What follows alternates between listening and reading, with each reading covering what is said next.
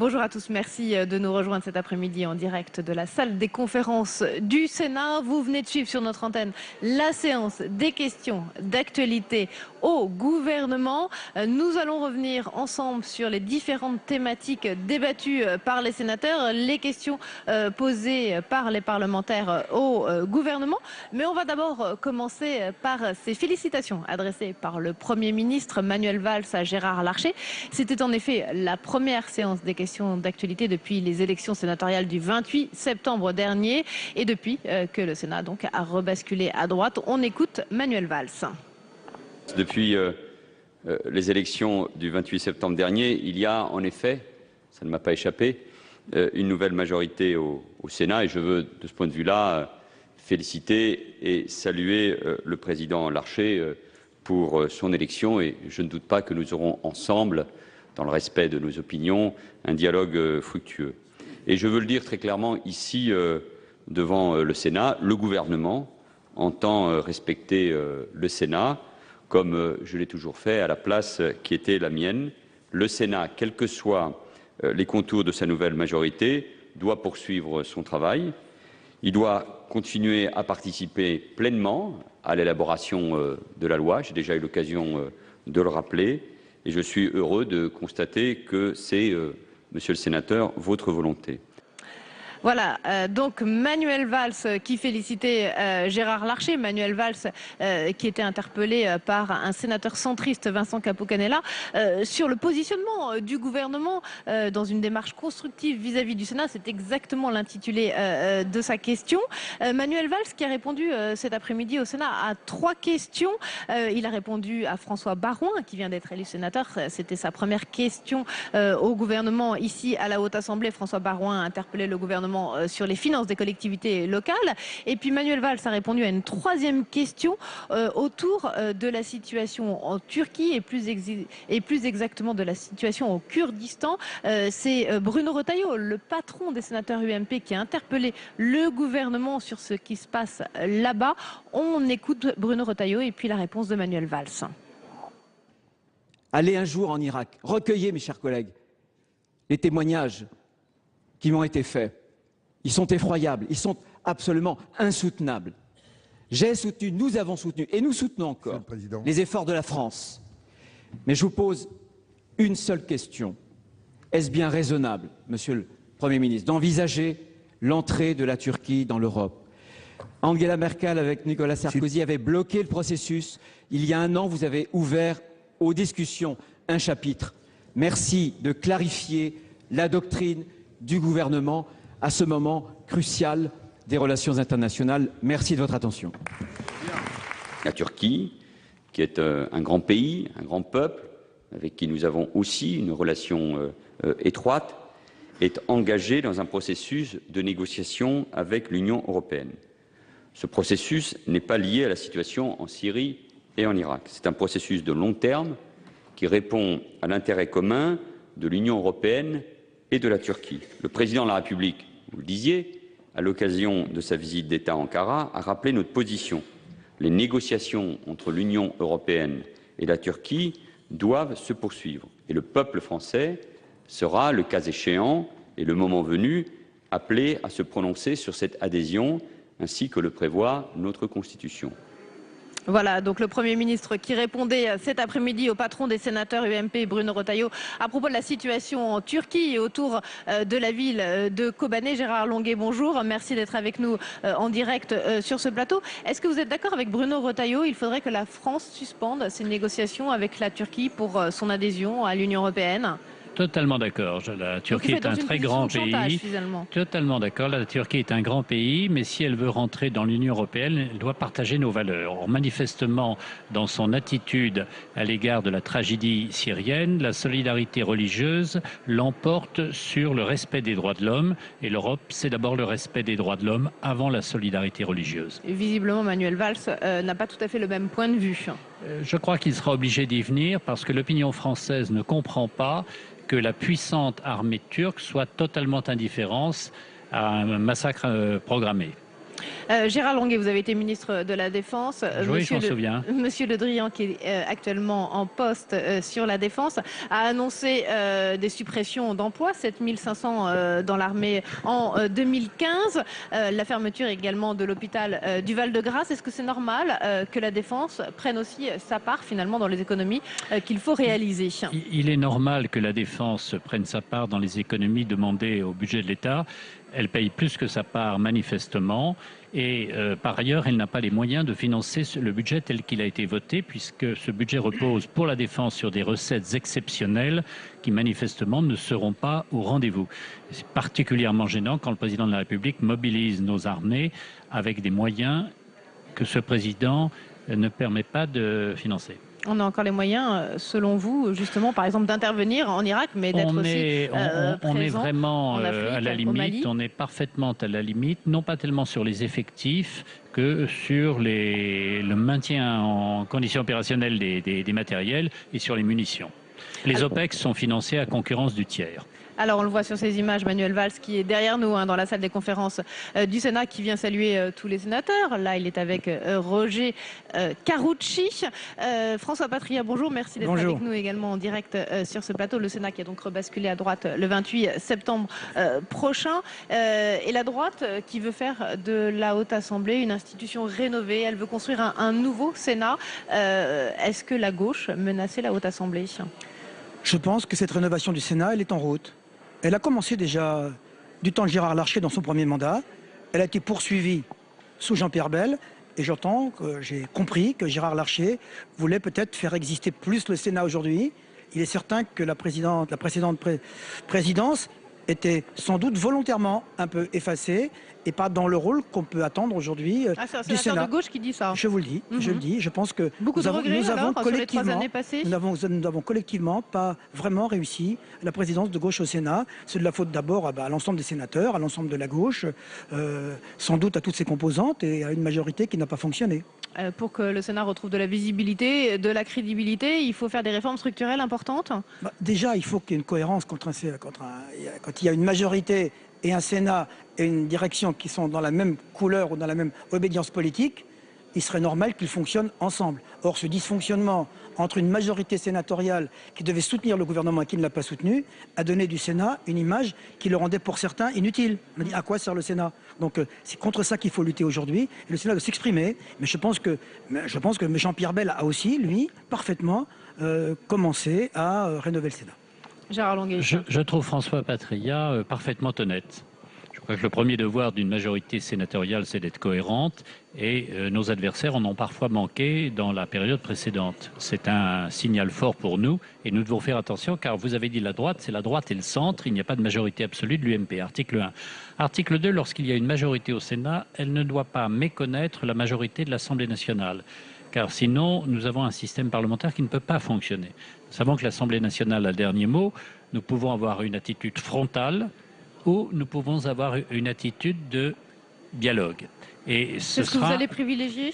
Eh bien, c'est exactement le débat qui se pose pour la réforme territoriale, par exemple, où nous pouvons faire notre réforme et revenir à ce qui est notre conviction profonde, qui est le Conseil territorial, pas unanimement partagé, mais majoritaire, ou au contraire se dire, bon, il y a un texte, nous répondons à la question posée qui est la carte. Oui, mais alors visiblement, effectivement, la solution qui semble se dégager, en tout cas avoir la primaire des sénateurs UMP, c'est le retour au conseiller territorial tel qu'il avait été voté sous Nicolas Sarkozy. Je pense qu'il faut attendre le 21 octobre, c'est-à-dire la réunion de la commission, puis le débat du 28 pour le savoir exactement. Je suis, pour ma part, favorable au conseiller territorial, mais ce n'est pas la question posée. Et je pense que le Sénat doit aussi avoir la modestie parfois de répondre aux questions posées et pas aux questions qu'on ne lui pose pas. Oui, mais le conseiller territorial, il n'avait pas été tellement accepté non plus sur le terrain par les élus locaux. Je crois que les élus découvrent que ça n'a pas que des inconvénients, bien au contraire. L'idée de fusionner à terme le département et la région ne me choque pas. Ah, donc ça vous c'est le conseiller territorial tel qu'il avait été conçu qui me choquait. En ce sens que le conseiller territorial était un conseiller départemental qui devenait régional.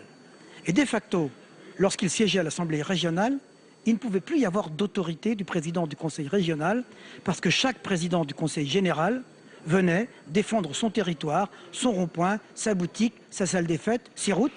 Mais ne le fait... Donc, ce que j'ai pensé, c'est qu'on pourrait le faire à l'envers, à condition d'avoir demain des élections de conseillers régionaux qui siégeraient dans une assemblée départementale chargée uniquement de traiter les problèmes du social. Pris dans ce sens-là, je le comprendrais. L'idée à terme d'avoir une seule assemblée ne me choque pas par ailleurs. Mais on voit mal l'actuelle majorité, l'actuel gouvernement qui a supprimé le conseiller territorial, le remettre à l'ordre du jour. Le sujet n'est pas épuisé.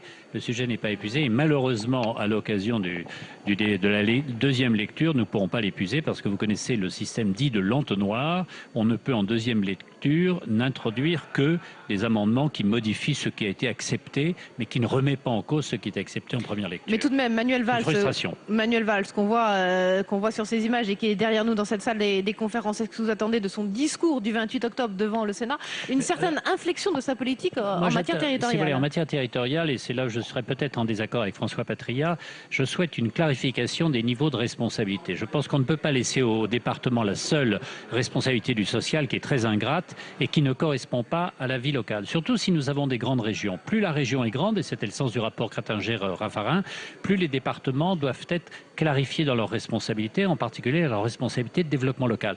Plus la région est petite, là on peut rapprocher les départements et travailler dans une région à 2, 3 départements, 4 départements, on peut travailler ensemble. Lorsqu'on a des régions, ce qui est prévu à 12 ou 15 départements, à ce moment-là, les compétences doivent être clarifiées entre les deux niveaux. En tout cas, on le voit sur ces images, Manuel Valls qui prend son temps, hein, il reste dans la salle des conférences, il discute avec c'est un endroit agréable, le Sénat en général, les gens qui y sont veulent y rester. Il discute notamment avec Bruno Retailleau, Roger Carucci qui sont de l'UMP. Tout ça reste quand même assez flou, François Patriat. Et il y a des élections départementales au mois de mars prochain, en 2015. Alors, si vous me demandez à moi ce que j'attends de Manuel Valls, ce que j'attends, c'est ce que je lui ai dit avant-hier. De la fermeté, de la clarification et de la lisibilité. Vous savez, de la fermeté, on ne va pas faire des allers-retours maintenant sur ce qui a été décidé. Si le choix est demain d'avoir des régions à taille nécessaire, économiquement pertinente, et si on décide de remodeler l'échelon départemental, là où Gérard Longuet a raison, c'est on ne peut pas de facto dire, a priori, on supprime le département sans dire qui va assumer ses fonctions. Qui va assumer peut-être le social, peut-être le tourisme, peut-être la proximité. Donc il faut définir quelles sont ces fonctions qu'on garde à l'échelon départemental et sous quelle forme on les assume. C'est de ça que j'attends de la discussion, de la clarification mais tout ça reste parlementaire. Très flou, je reprends ma question. Non, c'est pas flou. On est à 6 mois quand même. Les questions sont pertinentes, c'est les réponses qui sont floues. Oui, non, c'est pas vos questions qui sont floues, mais je veux dire, c'est la position du gouvernement, François Patriat. On est à 6 mois des élections départementales. Sur quel programme les candidats à ces élections vont pouvoir partir à la conquête de leurs électeurs? Il y a une collection qui a un grand succès de librairie, ça s'appelle La science, l'histoire, le français pour les nuls. Et là, on a vraiment le gouvernement pour les nuls, par les nuls. Oui, François Patriat, peut-être pas quand même tout à fait. Non, c'est un peu dur, mais sur ce sujet... Pour les nuls, ça ne me choque pas. Par les nuls, c'est plus difficile et ça, je ne l'accepte pas. Oui, mais pour revenir sur ces élections départementales, ça va être un carnage pour la gauche si ça reste aussi flou.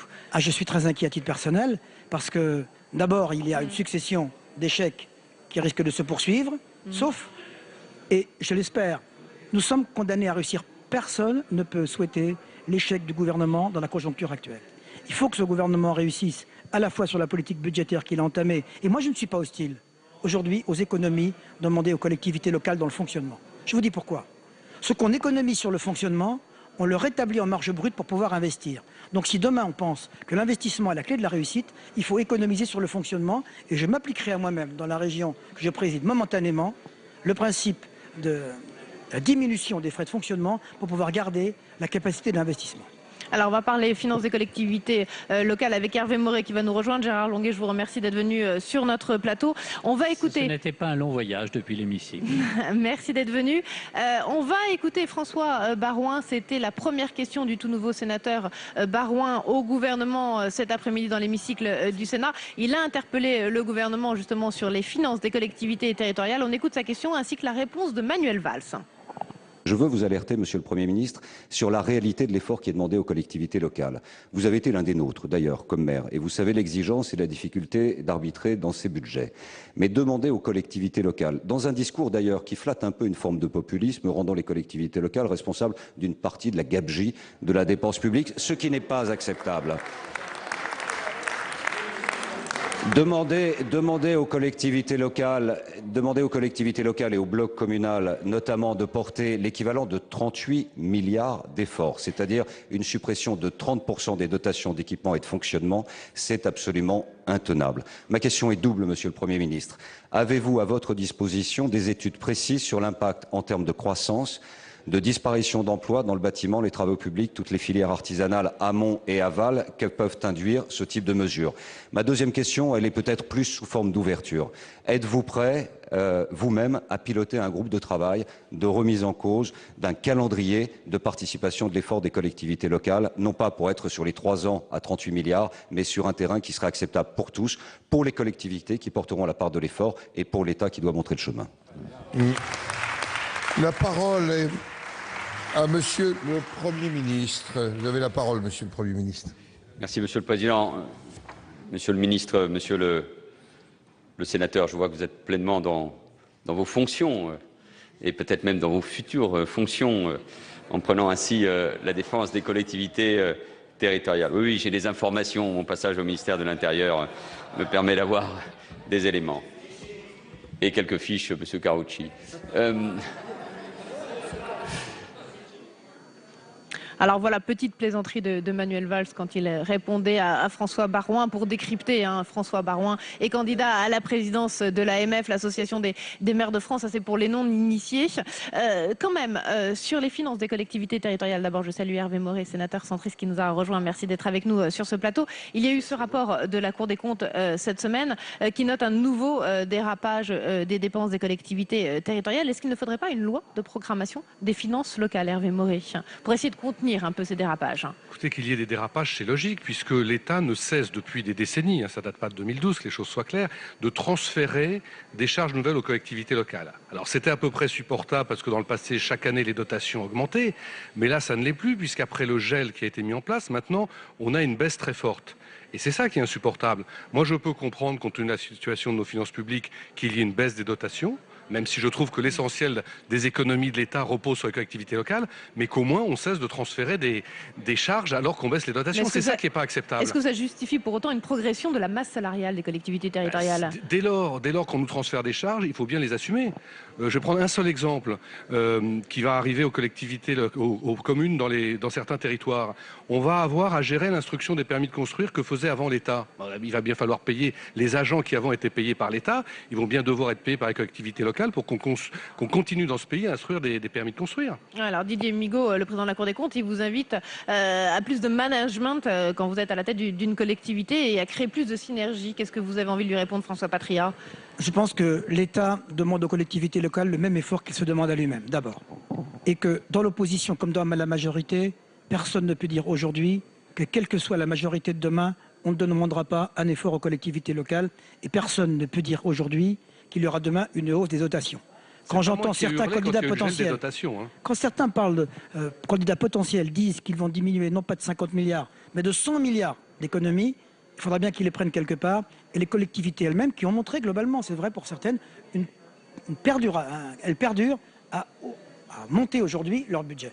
La région de Bourgogne, que je le dis encore aujourd'hui, a diminué son budget l'année dernière. A diminué son budget de 2,8%. Et cette année, elle diminuera à hauteur de demander par l'État les 12 millions en fonctionnement. Mais au détriment de quoi, alors, François Patria? Qu'est-ce que vous sacrifiez? Au détriment de certaines actions que je vais arrêter. Par exemple? Je vais arrêter. Il y a certaines compétences non obligatoires. Ça va sans doute être une partie du sport, une partie de la culture, une partie de l'environnement. Parce que je crois que ce que les collectivités aujourd'hui doivent comprendre, c'est que ça n'est pas à elles de demander, de vouloir tout faire. Parce que vous dites que l'État a transféré, c'est vrai. J'ai dénoncé comme vous.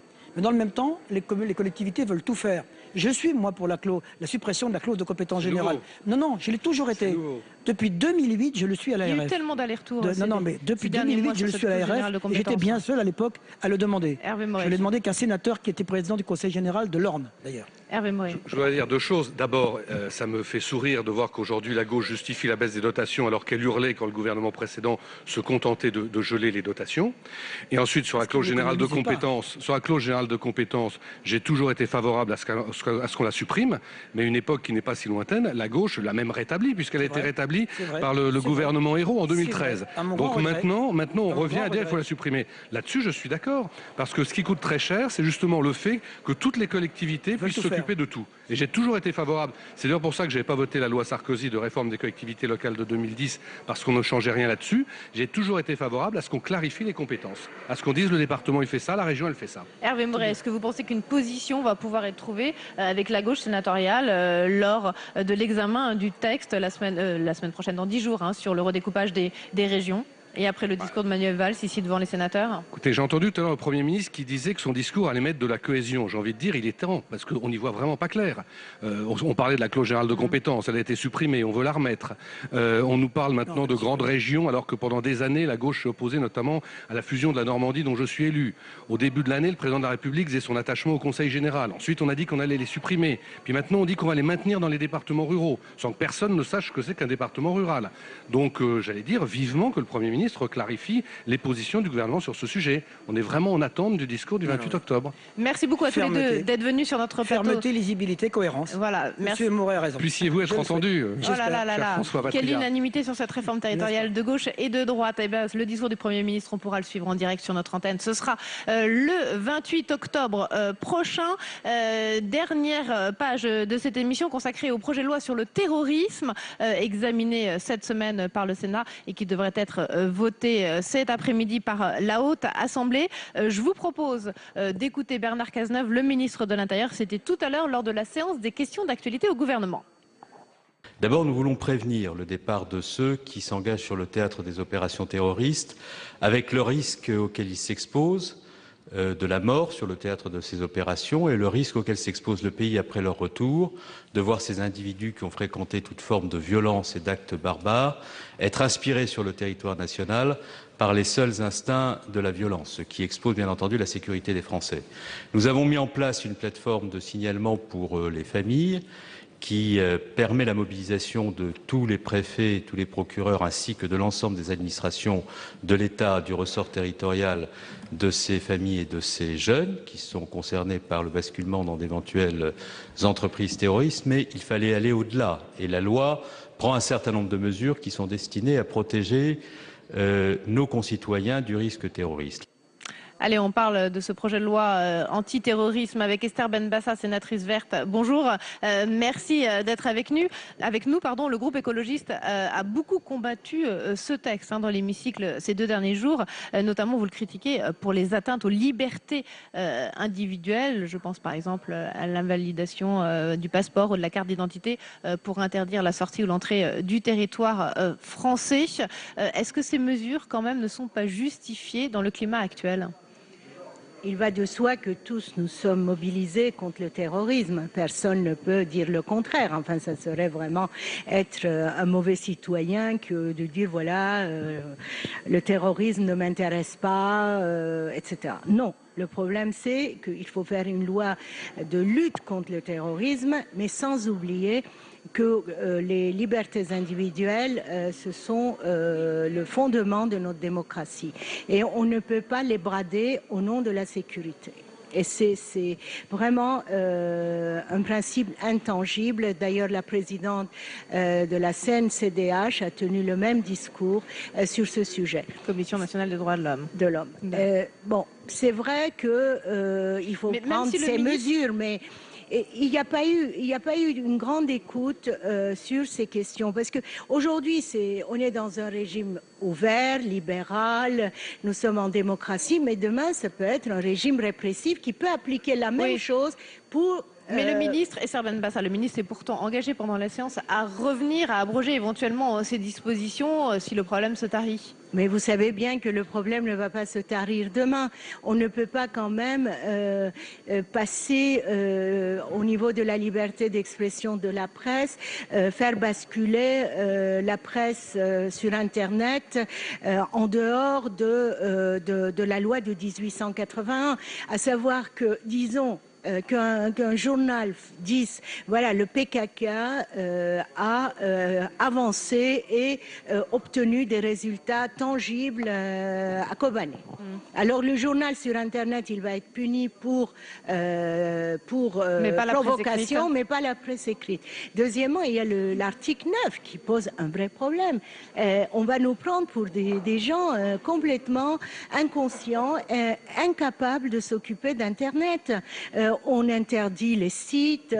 Vous savez, j'ai un neveu de 13 ans et il a été capable de débloquer un site. Enfin, vous savez, c'est vrai que cet article 9 fait pas mal débat dans la sphère Internet. Ça sert à quoi cet article? Juste une dernière question, Esther Benbassa, à l'universitaire aussi que vous êtes, avec cette information sur Google, sur Facebook, qui inciterait leurs salariés femmes à congeler leurs ovocytes pour attendre un petit peu si elles ont envie ou non d'avoir des enfants. Quelle est votre réaction? Non, enfin, franchement, bientôt, on aura un timing pour tout et nos patrons vont nous dire quand est-ce qu'on peut faire des bébés. C'est vrai qu'il y a, par exemple, en France, il y a une pénurie d'ovocytes. La loi bioéthique encadre ça très très bien. En cas d'infertilité, c'est très, très important, surtout pour traiter l'infertilité après 40 ans. Ou pour les femmes qui ont subi une chimiothérapie, ou pour les femmes qui ont un cancer. Google et Facebook, ça va vraiment à l'encontre des libertés individuelles très rapidement. Oui, moi je pense que là, c'est vraiment, il y a abus de la liberté individuelle. Parce que et du droit des femmes. Du droit des femmes, ça va de soi. On n'aurait pas demandé ça aux hommes, je ne le crois pas. Merci beaucoup Esther Benbassa d'être venue sur notre plateau. Merci à tous d'avoir suivi cette séance des questions d'actualité au gouvernement. Et très bonne soirée à tous sur l'antenne de Public Sénat.